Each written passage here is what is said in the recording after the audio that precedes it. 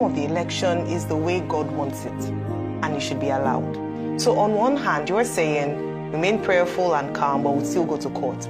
Others are saying for the peace of Nigeria, remain prayerful, calm, and accept this as God's will. What do you have to say to that? Well, I'm very responsible to prominent Nigerians, especially church leaders, traditional rulers, and all that. And I remain very respectful to them. And I think they should be respected for what they represent in our society, but I disagree with them. What they're actually preaching is the problem of Nigeria. The problem of Nigeria is accepting wrongdoing, accepting what is unacceptable. That is using God's name in vain. That's not what God said. God said, do not use my name in vain. So what they're saying is not God's wish. It is not God's plan for Nigeria. So why don't we accept that the 133 million Nigerians who are poor is God's wish? Why don't we accept that 95 million Nigerians living in absolute poverty is God's wish? It is God's wish that you don't have electricity. It is God's wish that our children are kidnapped. It is God's wish that we have collapsed primary health care, leading us to be the country with the highest infant mortality. It is everything happening is God's way. That's not what God says. No. God's wish is when you do the right thing. And in the end, it is not. This election was predicated and planned. And we have clear laws about the conduct of the election. If it was followed, if these results were uploaded from the booth, polling units, like they said, to the server and everything, we won't be here, we won't be talking about it. It would have been concluded in a matter of hours without anybody arguing about it. But it is not God's wish that you do the wrong thing. It is not God's wish that you go and rob a train and make money and start sharing it. It is not God's. This is what is killing the country. People come here, take public money, and then go and give it to people in the church and they say it's God's wish, and start giving them title in the church, title in this. That is what we are fighting. That's what we want to stop.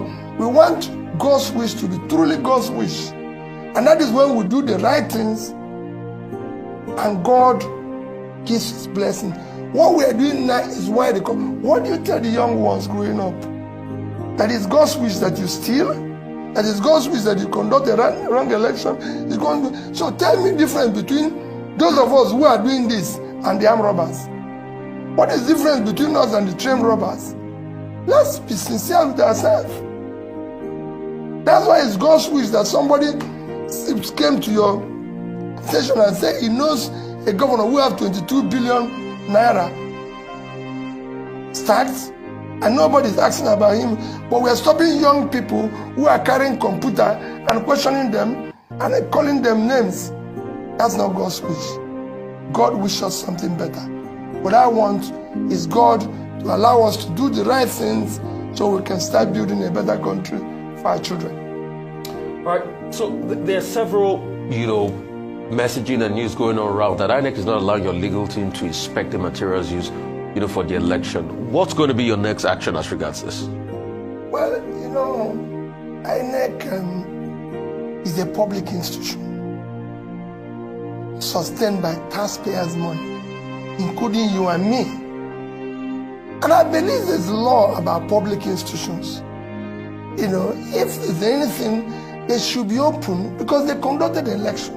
Is that everywhere? If you do something and people are not satisfied, it's for you to open up yourself. This is not the first time I'm going to court with INEC. Since 2003, I would say several times, I've had to challenge INEC result. Remember that I'm the first governor in this country to come through the process of court. I've been in court for 3 years. Throughout the 3 years, I was in court with INEC giving me access to whatever materials they used to not the election. You've conducted the election, Rufai. You've announced or declared the winner. I'm only asking, can I have access to the documents and materials you used to arrive at that? I'm not asking you to change what you said. And remember, like I always say, people, I'm not challenging their declaration. Sorry, I'm not challenging who they declared. I'm not challenging whatever the outcome. I'm challenging the process which they arrived at their declaration. And unless we do that, we're not going to stop the rascality we witnessed in that election. The process through which people come into office is, for me, I said it everywhere, is far more fundamental than what they do thereafter. There's a process of doing things. There's a process of arriving at any destination. If, like I said in my press conference, if you're going to answer His Excellency, the process of coming to that position must be excellent. If you're going to be a bishop, there's a process of being a bishop. Dr. Reuben is a doctor. Why didn't you call me a doctor? Don't that look like a doctor? You called him a doctor because he went and read PhD. Rufai might be awarded a doctor by university, so he's a doctor. But you can't just go on the street and say you're a doctor when you're not. So there must be a process, because even if it's going to be awarded, you must have done something that merited you to be awarded that. Or you must have, like Reuben, went and read PhD. Otherwise, we're all doctors. So a process is important. Right. So what would you be doing next, really, if they're not granting you access to this? We'll follow the law. We'll go back to the court and say, what you granted, these people are not obeying. We're not going to be, for me, we'll do whatever is necessary within the law. Whatever we're going to do will be for the interest of the country. But they will give us access because they pronounce and declare somebody. So we must have access to the process they arrived at that. Since February 25, there have been reactions to your participation, to your role, to what you represent.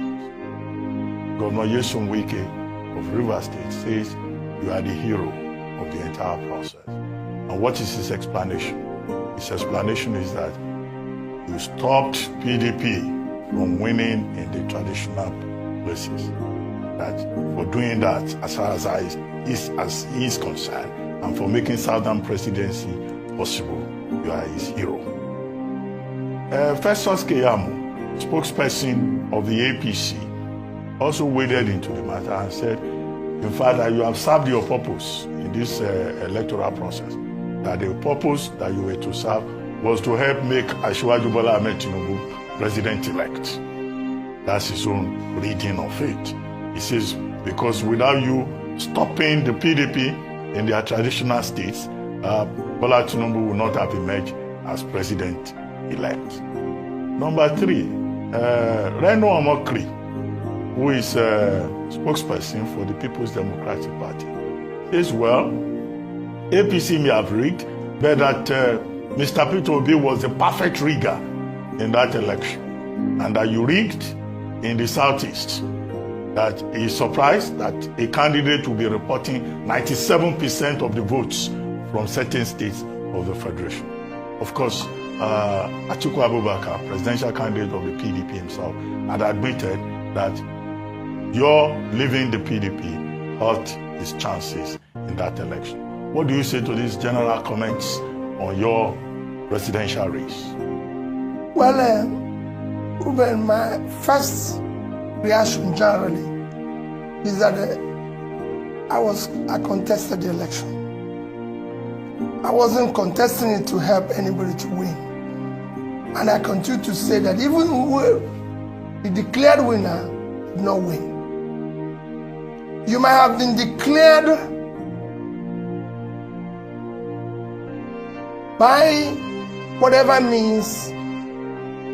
But if not won the election, Reuben, to win is to win the people. Democracy is government of the people, by the people, for the people. That means if you must win the people. But if you don't win the people, you've not won. And I can tell you, the last election, the declared person no win. However, that is what we're challenging. The rascality is what we're challenging. On the various comments, let me use the issue of mockery. Ordinarily, I won't comment on anything because I only comment on or reply fellow presidential candidates, not their spokesperson, because they're not contesting. But was this something that I have never participated or been part of was mentioned, I need to reply it. Reuben, I have never and I will never ask anybody to add one vote for me that doesn't rightfully belong to me. I've never paid anybody to rig election for me. Go all over Nigeria and ask anybody in INEC, the so-called EOs, President, Commissioner, everybody, whether any of them have met Peter Obi saying do this. Go and ask police, army, anybody. Never. They are referees. It is their job to do their job. I've never. The issue where I got 97% is in Anambra State. Reno Mokri forgot that in 2019, go and check the records, where PDP had the highest vote was in Anambra State. When in 2019, when I was vice presidential candidate to Atiku, our vote in Anambra State was 95 point something, almost 96%. That's where PDP got the highest vote, because I was on that ballot. And they know me. Reuben, I live in Onitsha. If you want to know whether I get 95% in Anambra State, come and go to Anambra State with me. I don't need police. When I come out, you see the reaction of the people. In fact, I'm actually surprised I didn't get 100%. I'm telling you, because I don't know who will be voting against me in Anambra State. In the Southeast, it's a similar situation. People know me. People know what I stand for. People know I've kept to my promises. People know I've kept to what I've said. It's a simple thing.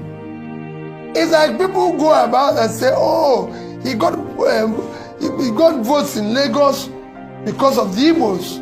Remember how many Igbos live in Lagos? I got more votes from the indigenous in Lagos than those who are, you can call visitors. Are the Igbos in Nasarawa? Are the Igbos in Plateau? Are the Igbos in Abuja? In Rivers, where you know that the governor came out against me and everything, I said, if the real vote of Rivers were counted, Reuben, I won. I have over 50-something% of the vote. The other two parties were sharing the order. And it was, I won in Asoro. Will you say it's rigging? Which machinery do I have to rig? I have no councillor, I have no local government chairman, no this thing. I'm not in control of police. I don't even know any DPO. So which machinery will I use to rig? How will you do? They are the ones who I believe in this. What they are doing is what I'm trying to change. So those who say you have satisfied what I came from are part of the people we're trying to change. All right. Okay, so let's talk about the obedience movement, especially post-presidential election. Now, what some of your candidates under the Labour Party umbrella, vying for governorship, of the role of governor, is coming under the umbrella of the obedient movement. And some people have said that, say what you may about the presidential elections, something has changed, something has happened. There's a force And that was driven largely by the Obedient Movement. And so the question post-presidential elections is, how are you going to leverage that power, that force, so it's channeled to what you want, your beliefs, your ideals, your values? Because it's also very easy for such a force to be misdirected, because there's such momentum, passion behind that movement. How would you leverage that? Number one. Two, to channel it towards the governorship elections. We have Lagos GRV, we have Mr. Ken Pella, who came from Delta State, and a few other principles like that in other states. Then beyond that, on a lighter note, you're known for, you've just reconfigured the term BVAS. So it's originally called Bimodal Voter Accreditation System, and you've now called it Best Values Acceptable to Society. Please expand. Basic values, acceptable to society. If you'd like to shed more light on that on a lighter note, it would be great. Well, let me start with the Obedient Movement. Because Nigerian politics have been largely transactional, when we were starting this, people didn't believe what we were trying to do. The consequences that we didn't have candidates for governorship in most of the states. Because being a transitional thing, people who like to be where things are being shared. So nobody believes that a party without councillor, local government chairman, can come up and become something. So we didn't have, in most places, candidates. In few places, we were able to have candidates, some of which you have mentioned now, who are, I can say, are first-class candidates. You just mentioned two of them, and I believe and I support them that they should be supported by the Obedient family and the people, because they will do good work. If you take Jarvi here, young man, excellent background, good education, you can have better than somebody who have a degree in MIT. So these are the quality.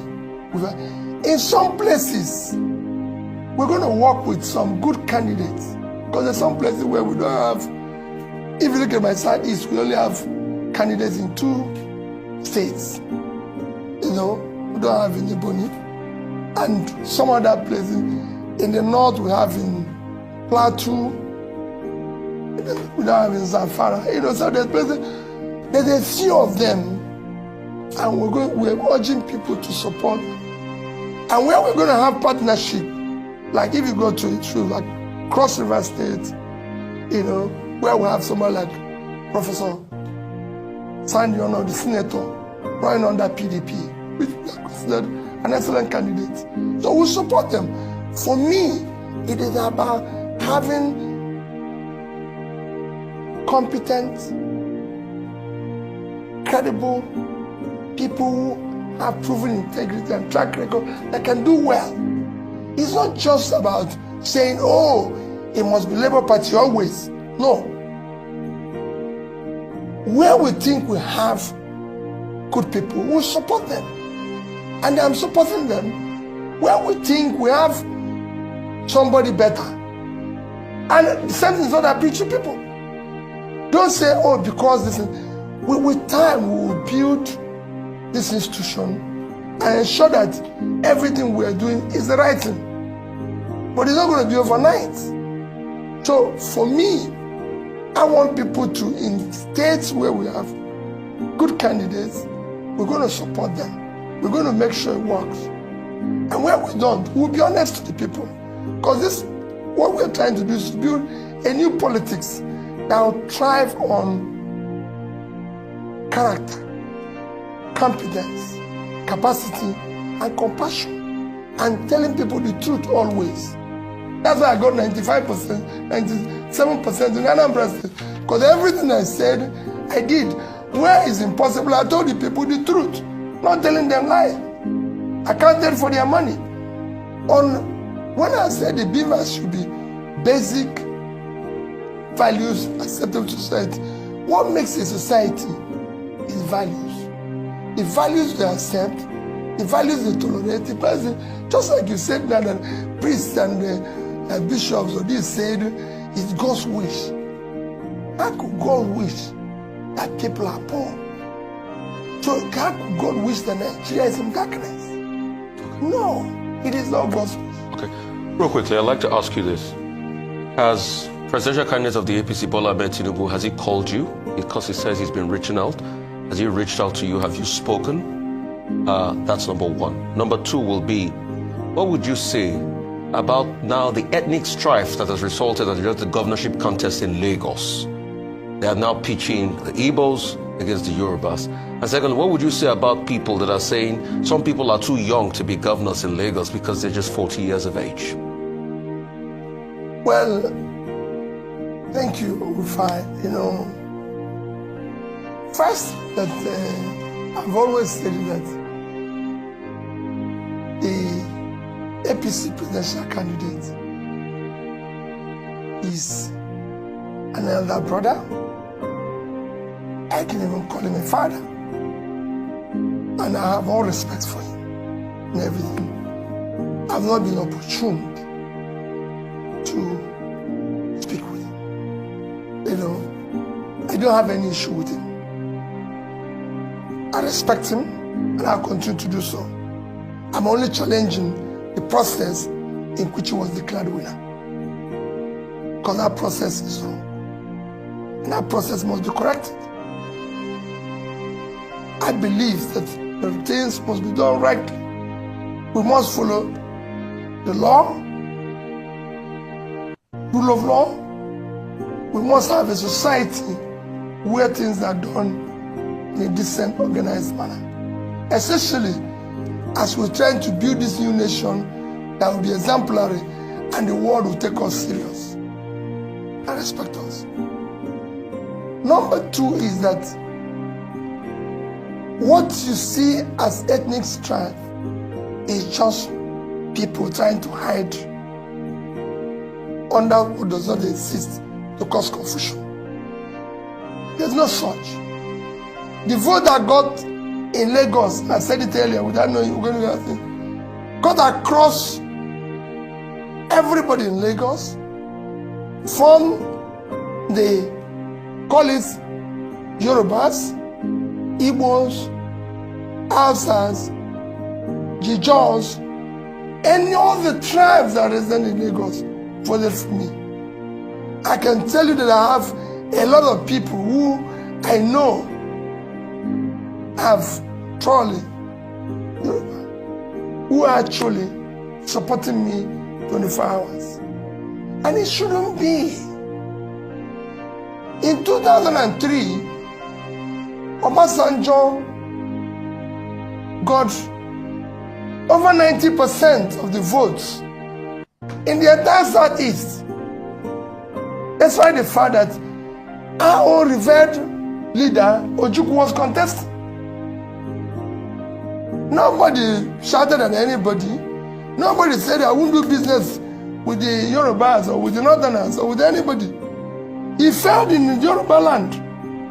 But we gave him more votes in the Southeast, even when our own revered leader was contesting. Nobody quarreled with it. We have Yoruba people who live in the East. Don't think that it's only here. I can tell you in Onitsha, where I live, two prominent people that I deal with are completely from the Southwest. And they were there. Nobody had asked them.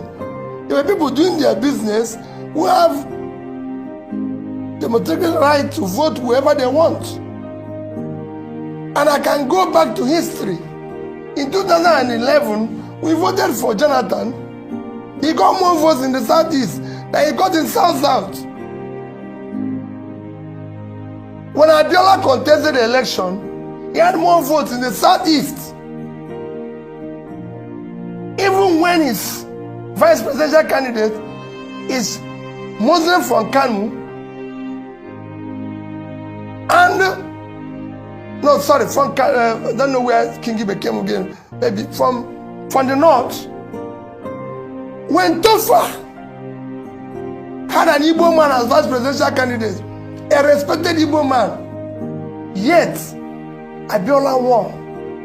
And when that election was annulled, go and check the principal and people who actually lost more in Nedeko. It is the Igbos. We lost more in Nedeko. It is the Raf Obias of this whose business were ruined. Go and check it. So when people bring what is not there, so who are those who voted for me in Abuja? Were the Igbos. Nobody got 25% in Abuja among the two parties. Is it the Igbos who voted for me in Jos, in Plateau?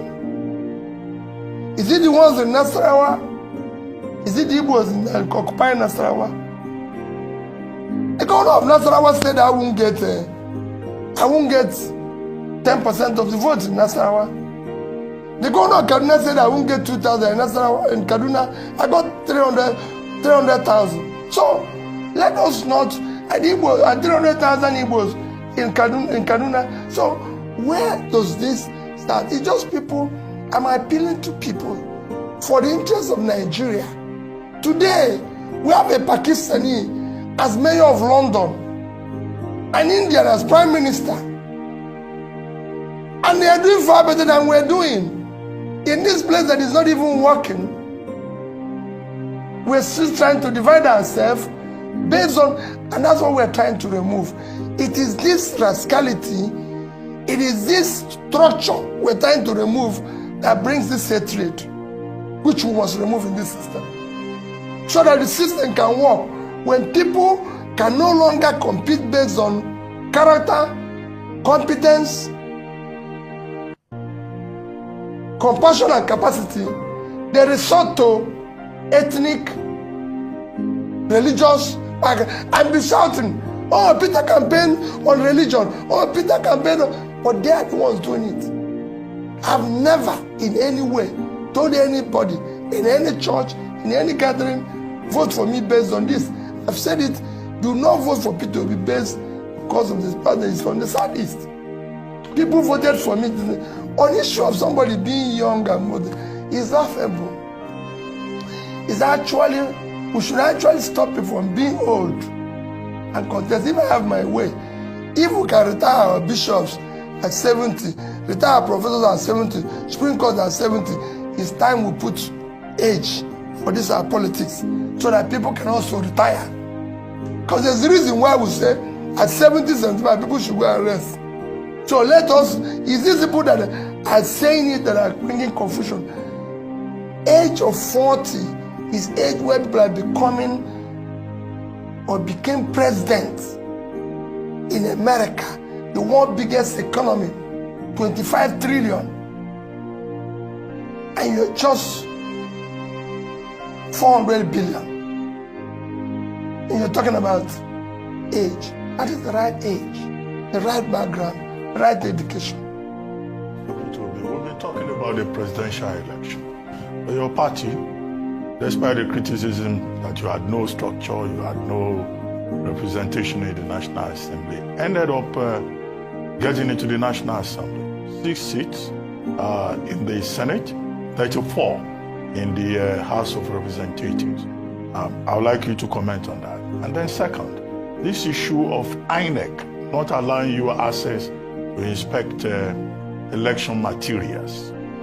Now, Yusuf Tanko, the spokesperson, chief spokesperson of your party, has now served notice that INEC was duly served a CTC copy of the court order on March 3. INEC was reminded on March 6, and that the only option now available to the Labour Party is to picket to INEC offices nationwide in a peaceful protest, he says.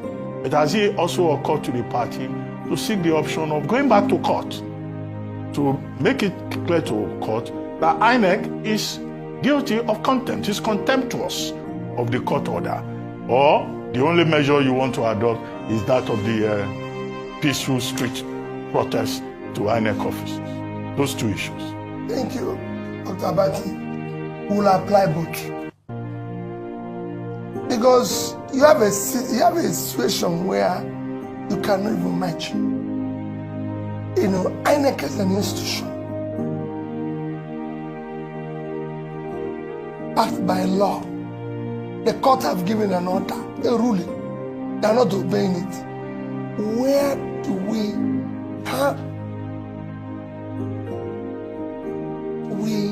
start to build a nation? The most important ingredients of what makes a nation is the rule of law. And I've said it when I was campaigning, that we must govern by rule of law. Ruben, the biggest contributor to the Western economy today, in terms of GDP, in terms of their growth, is intangible assets called rule of law.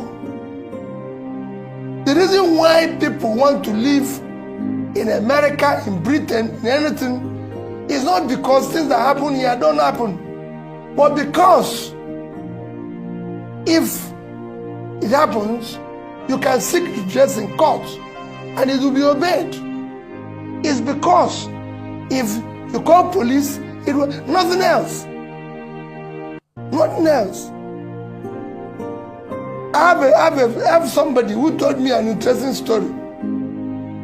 He said he had a wife in Nigeria, and he would shout at his wife, do whatever he liked, and then suddenly something happened and he went to the UK and he shouted and the wife called police, and police came and he was still shouting in front of police, and the police told him that he shouldn't come near 1 mile radius of his house because of the way he's behaving. You didn't remind them that he paid dowry as a Nigerian. He told me, said, all he wants is to go back to Nigeria with his wife. Why? It's law. And that's what we are lacking here. Ruben, we must live in a society that is organized. Today, with the way Nigeria is, considering how bad things are economically, what the world expected of us in 2023, there was so much expectation, is to have free, fair, and credible election where the new government will come to start. When you talk about low, people say low-hanging fruit. The number one low-hanging fruit here is to start governing by rule of law. If you start it, you start changing this country. And that I'm committed to. And I urge INEC to please help the country. The image of the country today has such an importance in Committee of Nations is being put into question by all this rascality. National Assembly elections and how you intend to leverage on for that. Me, is I thank God that we were able to get the number of seats we received. I hosted the candidates after they received their certificate and urged them to know that we are committed to a new Nigeria and we must do things differently. We must support what is right. We must go there to work hard and everything, and I'm sure they will. We also said we'll have a retreat after this. Ruben, the things we need to do going forward for Labour Party, for them, we need to build a democratic institute that will be able to teach people what their job is all about and what they're expected to do. It is not just you've won an election, it's now time for you to be part of the confusion that exists, to make it transactional. We now want to leverage and talk. We're talking with different organizations, different countries that can help us to build a proper democratic institution that will teach our people, including me, what governance is all about. All right, great point. Now, I just want to ask, following that, you received or you hosted the 40